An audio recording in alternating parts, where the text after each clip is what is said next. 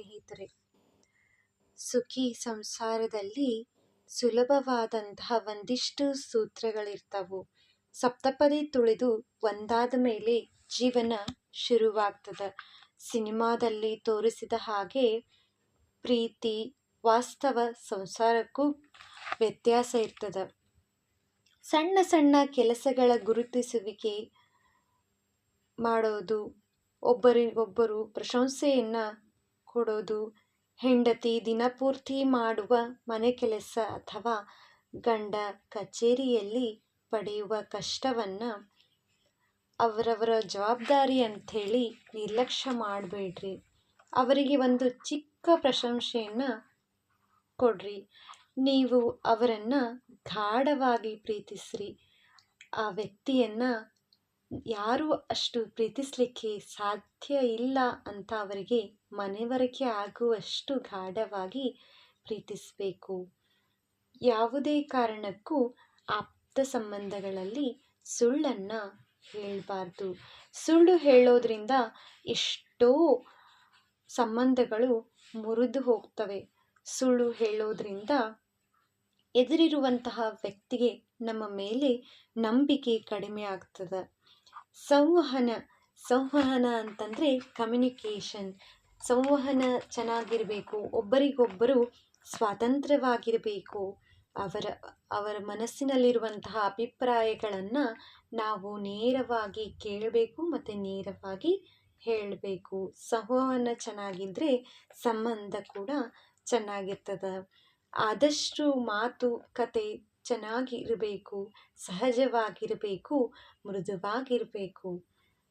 ನಿಮಗೆ ಯಾವ ಮಾತಿನಿಂದ ನೋವಾಗಿದೆ ಅನ್ನೋದನ್ನು ಸ್ಪಷ್ಟವಾಗಿ ಅವರಿಗೆ ಹೇಳಬೇಕು. ಯಾವುದೇ ಕಾರಣಕ್ಕೂ ಆ ನೋವನ್ನು ಮುಚ್ಚಿ ಇಡಬಾರ್ದು. ನೇರವಾಗಿ ಆ ವ್ಯಕ್ತಿಗೆ ನಾವು ಈ ಮಾತಿನಿಂದ ನನಗೆ ನೋವಾಗಿದೆ ಅಂತ ಹೇಳಿದರೆ ಆ ಎದುರೇ ಇರುವಂತಹ ವ್ಯಕ್ತಿ ಆ ತಪ್ಪನ್ನು ಮತ್ತೆ ಮಾಡೋದಿಲ್ಲ. ಆಮೇಲೆ ಆ ವ್ಯಕ್ತಿಯನ್ನು ಆ ಕ್ಷಣವೇ ಕ್ಷಮಿಸಿಬಿಡಬೇಕು. ಕ್ಷಮಿಸಿ ಆ ಘಟನೆಯನ್ನು ಮರೆತು ಬಿಡಬೇಕು.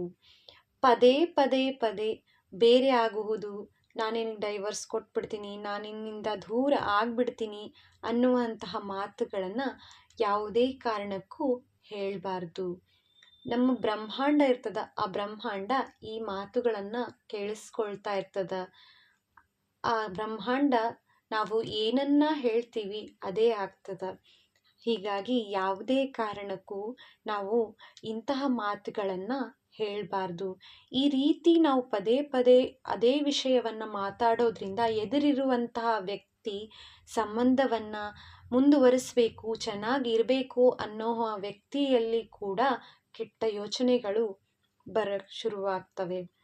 ಏನಾದರೂ ಬೇಸರವಾಗಿದ್ದರೆ, ಮನಸ್ಸು ಸರಿ ಇಲ್ಲ ಅಂತಂದರೆ ಆ ಸಮಯದಲ್ಲಿ ನಮ್ಮ ಜೊತೆ ನಾವು ಕಾಲವನ್ನು ಕಳಿಬೇಕು, ಪ್ರಕೃತಿಯ ಜೊತೆ ಕಾಲವನ್ನು ಕಳಿಬೇಕು. ಅಂತಹ ಸಂದರ್ಭದಲ್ಲಿ ನಮ್ಮ ಮನಸ್ಸು ಇನ್ನಿಷ್ಟು ತಿಳಿಯಾಗ್ತದೆ. ಸಂಬಂಧಗಳನ್ನು ಸರಿಪಡಿಸ್ಕೊಳ್ಬೇಕಾದ್ರೆ ಯಾವುದೇ ಕಾರಣಕ್ಕೂ ಅಹಂ ಇರಬಾರ್ದು. ನಾನು ಯಾಕೆ ಅವರಿಗೆ ಹೋಗಿ ಕ್ಷಮೆಯನ್ನು ಕೇಳಬೇಕು ಅನ್ನುವಂತಹ ಅಹಂ ಇರಬಾರ್ದು. ಅಹಮ್ಮನ್ನು ಬಿಟ್ಟು ನಮ್ಮ ತಪ್ಪು ಇದ್ದಾಗ ಕ್ಷಮೆಯನ್ನು ಕೇಳಬೇಕು. ಕ್ಷಮೆಯನ್ನು ಕೇಳಬೇಕಾದ್ರೆ ಎದುರಿರುವ ವ್ಯಕ್ತಿಗೆ ಅನ್ನಿಸ್ಬೇಕು, ನಾವು ನಮ್ಮ ಮನಸ್ಸಿನಿಂದ ಕ್ಷಮೆಯನ್ನು ಕೇಳ್ತಿದ್ದೀವಿ ಅಂಥೇಳಿ ಅನ್ನಿಸುವ ಹಾಗೆ ಕ್ಷಮೆಯನ್ನು ಕೇಳಬೇಕು. ಹಳೆಯ ವಿಷಯಗಳನ್ನು ಪದೇ ಪದೇ ಪದೇ ಪದೇ ನೆನಪನ್ನು ಮಾಡಬಾರ್ದು. ಹಳೆಯ ವಿಷಯಗಳನ್ನು ನೆನಪು ಮಾಡೋದ್ರಿಂದ ಅಲ್ಲಿ ಆ ವ್ಯಕ್ತಿಗೆ ನೋವಾಗ್ತದೆ. ಆ ಒಂದು ಸಂದರ್ಭದಲ್ಲಿ ಆ ವ್ಯಕ್ತಿ ಏನಾದರೂ ತಪ್ಪನ್ನಾದರೂ ಮಾಡಿರ್ಬೋದು. ಅವರ ತಪ್ಪನ್ನು ನಾವು ಪದೇ ಪದೇ ಎತ್ತಿ ಹೇಳೋದ್ರಿಂದ ಅವರ ಮನಸ್ಸಿಗೆ ನೋವಾಗ್ತದೆ. ಈ ರೀತಿಯಿಂದ ಕೂಡ ಸಂಬಂಧಗಳಲ್ಲಿ ಬಿರುಕನ್ನು ಮೂಡಿಸ್ತದೆ.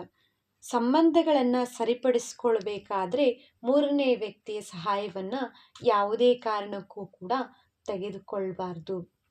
ಮೂರನೇ ವ್ಯಕ್ತಿ ನಿಮ್ಮ ಪಾಲಕರಾಗಿರಬಹುದು, ಇಲ್ಲ ಅವರ ಪಾಲಕರಾಗಿರಬಹುದು, ಯಾರನ್ನಾದರೂ ನೀವು ತೆಗೆದುಕೊಳ್ಳಬಾರ್ದು.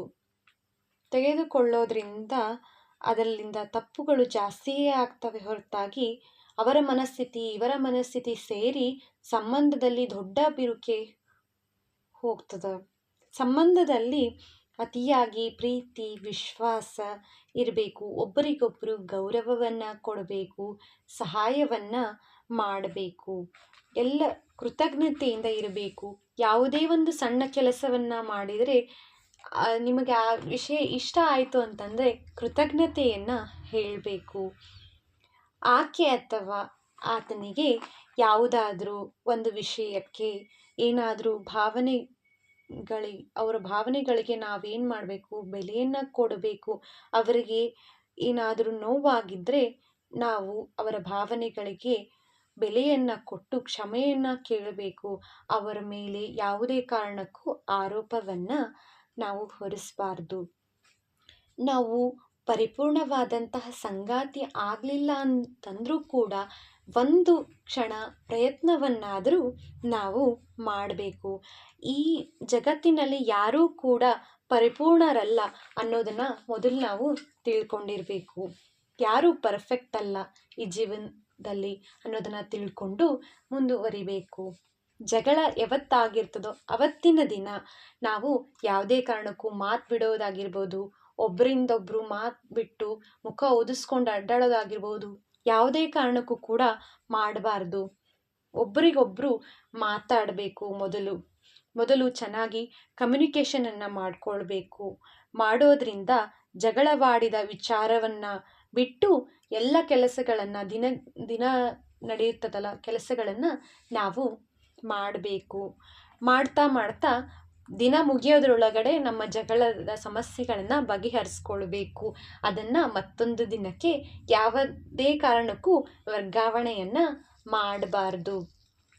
ಸಂಬಂಧಗಳು, ಆರೋಗ್ಯಕರ ಸಂಬಂಧಗಳಲ್ಲಿ ಮೊದಲನೇದಾಗಿ ಹೊಂದಾಣಿಕೆ ಇರಬೇಕು.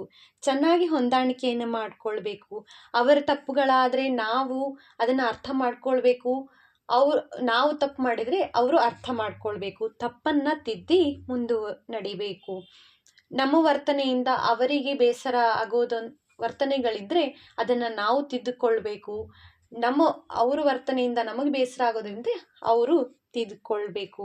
ಪರಸ್ಪರ ನಂಬಿಕೆ ಇರಬೇಕು. ಮೊದಲು ನಂಬಿಕೆ ಮೈಲಿಗಲ್ಲು ಅಂತ ಹೇಳ್ತಾರೆ.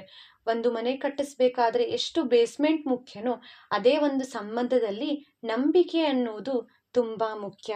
ಆ ನಂಬಿಕೆ ಅನ್ನುವಂತಹದ್ದು ಇದ್ದರೆ ಸಂಬಂಧ ಅನ್ನುವಂತಹ ಒಂದು ಮನೆ ಸೃಷ್ಟಿಯಾಗ್ತದೆ. ಸುರಕ್ಷತೆ ಅನ್ನೋದು ತುಂಬ ಮುಖ್ಯ. ಬೆದರಿಕೆ ಹಾಕೋದು, ಚಲ್ಲಾಕಿತನ ತೋರಿಸೋದು ಇಂತಹದೆಲ್ಲ ಸಂಬಂಧಗಳಲ್ಲಿ ಮಾಡಬಾರ್ದು.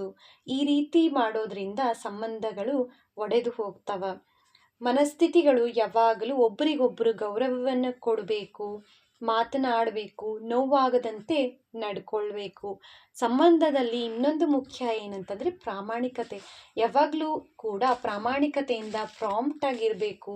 ಒಬ್ಬರಿಗೊಬ್ಬರು ಮುಕ್ತ ಮನಸ್ಸಿನಿಂದ ಏನು ಅನಿಸುತ್ತೋ ಅದನ್ನು ಪ್ರಾಮಾಣಿಕತೆಯಿಂದ ಹೇಳ್ಕೊಳ್ಬೇಕು. ಬೆಂಬಲವನ್ನು ಕೊಡಬೇಕು. ಬೆಂಬಲ ಅಂತಂದರೆ ಯಾವುದಾದ್ರೂ ನಿಮ್ಮ ಕೆಲಸಗಳಲ್ಲಿ ನೀವು ಉನ್ನತ ಹುದ್ದೆಗಳಲ್ಲಿ ಹೋಗ್ತಾ ಇದ್ದರೆ ಅಥವಾ ಕರಿಯರ್ ಗ್ರೋತ್ ಅಂತ ಹೇಳ್ತಾರೆ, ಅದರಲ್ಲಿ ಒಬ್ಬರಿಗೊಬ್ಬರು ನೀವು ಬೆಂಬಲವನ್ನು ಕೊಡಬೇಕು. ಅವರು ಏನಾದರೂ ಈ ಇತರರ ಆಯ್ಕೆಗಳನ್ನು ಬೆಂಬಲಿಸಿದರೆ ಅದನ್ನು ನೀವು ಅರ್ಥ ಮಾಡಿಕೊಂಡು ನಡಿಬೇಕು. ಪರಸ್ಪರ ಪ್ರೋತ್ಸಾಹವನ್ನು ನಾವು ಕೊಡಬೇಕು. ಮತ್ತೊಂದು ಆರೋಗ್ಯಕರ ಸಂಬಂಧದಲ್ಲಿ ಸಹಕಾರವನ್ನು ಇಟ್ಕೊಳ್ಬೇಕು. ನಿರೀಕ್ಷೆಗಳನ್ನು ಇಟ್ಟುಕೊಳ್ಳದೆ ಒಬ್ಬರಿಗೊಬ್ಬರು ನಾವು ಸಹಾಯವನ್ನು ಮಾಡಬೇಕು. ಬದಲಾವಣೆಗಳನ್ನು ಒಪ್ಕೊಳ್ಬೇಕು. ಪರಿಸ್ಥಿತಿಗಳು ಬದಲಾದಂಗೆ ಅವರು ಕೂಡ ಬದಲಾಗ್ತಿರ್ತಾರೆ. ಆ ರೀತಿ ಇದ್ದಾಗ ನಾವು ಅವರ ಬದಲಾವಣೆಗಳನ್ನು ಒಪ್ಪಿಕೊಳ್ಬೇಕು. ಜೊತೆಯಾಗಿ ನಿರ್ಧಾರವನ್ನು ತಗೋಬೇಕು. ಯಾವುದೇ ಹಣಕಾಸಿನ ಸಂಬಂಧಪಟ್ಟಂತಹ ಸಂಬಂಧಗಳಲ್ಲಿ ನಾವು ಒಬ್ಬರಿಗೊಬ್ಬರು ಕುಳಿತು ನಾವು ನಿರ್ಧಾರವನ್ನು ತಗೊಳ್ಬೇಕು. ಫೈನಾನ್ಷಿಯಲಿ ಏನಾದರೂ ಇದ್ದರೆ ಒಬ್ಬರಿಗೊಬ್ಬರು ನಿರ್ಧಾರವನ್ನು ತಗೊಂಡು ಮುಂದುವರಿಬೇಕು. ರಾಜಿ ಮಾಡಿಕೊಳ್ಬೇಕು. ಸಂಘರ್ಷಗಳು ಇದ್ದಾಗ ಒಬ್ಬರಿಗೊಬ್ಬರು ಒಳಿತಾಗುವ ನಿರ್ಣಯವನ್ನು ತೆಗೆದುಕೊಳ್ಬೇಕು. ಈ ಒಂದು ಸಮಸ್ಯೆಯಿಂದ ನಮ್ಮ ಸಂಬಂಧ ಹಾಳಾಗ್ತದೆ ಅಂದರೆ ಅಲ್ಲಿ ಕೈ ಹಾಕಲಿಕ್ಕೆ ಹೋಗಬಾರ್ದು. ಯಾವುದೇ ಕಾರಣಕ್ಕೂ ಕೂಡ ಒಬ್ಬರಿಗೊಬ್ಬರು ನೋವಾಗದಂತೆ ನಡೆದುಕೊಳ್ಬೇಕು, ಸಹಕಾರದಿಂದ ಇರಬೇಕು, ನಂಬಿಕೆಯಿಂದ ಇರಬೇಕು, ಹೊಣೆಗಾರಿಕೆಯಿಂದ ಇರಬೇಕು, ಸುರಕ್ಷತೆಯಿಂದ ಇರಬೇಕು, ಪ್ರಾಮಾಣಿಕತೆಯಿಂದ ಇರಬೇಕು. ಇಷ್ಟು ಆರೋಗ್ಯಕರ ಸಂಬಂಧಗಳು ಇರಬೇಕು. ಸುಖಿ ಸಂಸಾರ ಇರಬೇಕು ಅಂತಂದರೆ ಕ್ಷಮೆ ಕೇಳಬೇಕು, ಅಹಂ ಅನ್ನೋದು ಇರಬಾರ್ದು, ಬೇಸರ ಮಾಡ್ಕೊಳ್ಬಾರ್ದು, ಪದೇ ಪದೇ ಹಳೆಯ ವಿಷಯಗಳನ್ನು ನೆನಪು ಮಾಡಿಕೊಂಡು ಜಗಳವಾಡಬಾರದು, ಸಂಬಂಧಗಳಲ್ಲಿ ಮೂರನೇ ವ್ಯಕ್ತಿಯನ್ನು ಅಡ್ಡು ತರಬಾರದು, ಪದೇ ಪದೇ ಬೇರೆ ಆಗುವಂಥ ಮಾತುಗಳನ್ನು ಆಡಬಾರ್ದು. ಅವರು ಏನಾದರೂ ಹೇಳಿದರೆ ನಾವು ಅವರನ್ನು ಕ್ಷಮಿಸಬೇಕು. ಕಮ್ಯುನಿಕೇಷನ್, ಸಂವಹನ ಇರಬೇಕು. ಒಬ್ಬರಿಗೊಬ್ಬರು ಸ್ವಾತಂತ್ರ್ಯತೆ ಇರಬೇಕು. ಆಪ್ತ ಸಂಬಂಧಗಳಲ್ಲಿ ಯಾವುದೇ ಕಾರಣಕ್ಕೂ ಸುಳ್ಳನ್ನು ಹೇಳಬಾರ್ದು. ಒಬ್ಬರನ್ನೊಬ್ಬರು ಗಾಢವಾಗಿ ಪ್ರೀತಿಸಬೇಕು. ಇಷ್ಟು ಸುಖಿ ಸಂಸಾರದ ಸೂತ್ರಗಳು ಇರ್ತಾವೆ ಅಂತ ಹೇಳ್ತಾ ಇವತ್ತಿನ ವಿಡಿಯೋನ ಮುಗಿಸ್ತಾ ಇದ್ದೀನಿ. ವಿಡಿಯೋ ಇಷ್ಟ ಆದರೆ ಲೈಕ್ ಮಾಡಿರಿ, ಶೇರ್ ಮಾಡಿರಿ ಮತ್ತು ಚಾನಲನ್ನು ಸಬ್ಸ್ಕ್ರೈಬ್ ಮಾಡಿರಿ. ಧನ್ಯವಾದ.